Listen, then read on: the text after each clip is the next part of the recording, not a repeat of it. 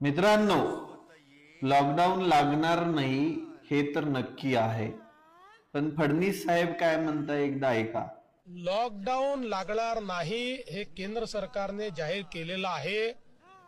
जे लोक अशा अफवा पसरवत आहेत त्या सगळ्या लोकांवर फौजदारी कारवाई केली जाईल. मी स्पष्टपणे सांगतो, अशा पद्धतीच्या साहेब साहेब साहेब साहेब ते गुरु घंटाल विश्वगुरूवरती पहिला गुन्हा दाखल करा ना. त्यांनीच संसदेमध्ये उभं राहून म्हटलं होतं कोरोना सारख्या परिस्थितीला आपल्याला सगळ्यांना तयार राहावं लागेल. मग ती अफवा कोणी पसरवली? ती अफवा पसरवल्यानंतरच लोकांनी कॅन्ड डर्म भरण्या टिपाडा घेऊन पेट्रोल पंपावरती गर्दी केली. सगळ्यात पहिली अफवा त्यांनी पसरवली. त्यामुळे प्लीज प्लीज प्लीज प्लीज त्यांच्यावरती सगळ्यात पहिला फौजदारी गुन्हा दाखल झाला पाहिजे. नाही हो, मी तुमचा द्वेषी नाहीये. तुम्ही जे कायद्याचे ज्ञान बोलताय की नाही, कायदा आम्हाला बी कळतो. तुमचा कायदा फक्त गरिबांसाठी आहे, पण भारतीय संविधान सगळ्यांसाठी समान आहे हे तुम्ही विसरलेला आहात. सगळ्यात पहिली अफवा तुमच्याच विश्वगुरूंनी पसरवलेली आहे.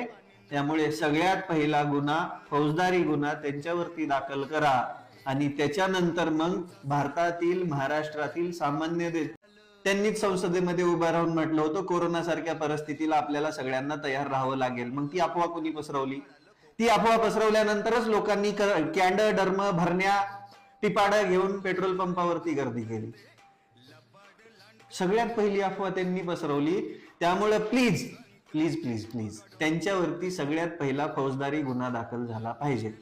नाही हो, मी तुमचा द्वेषी नाहीये. तुम्ही जे कायद्याचे ज्ञान बोलताय की नाही, कायदा आम्हाला बी कळतो. तुमचा कायदा फक्त गरिबांसाठी आहे, पण भारतीय संविधान सगळ्यांसाठी समान आहे हे तुम्ही विसरलेला आहात. सगळ्यात पहिली अफवा तुमच्याच विश्वगुरूंनी पसरवलेली आहे.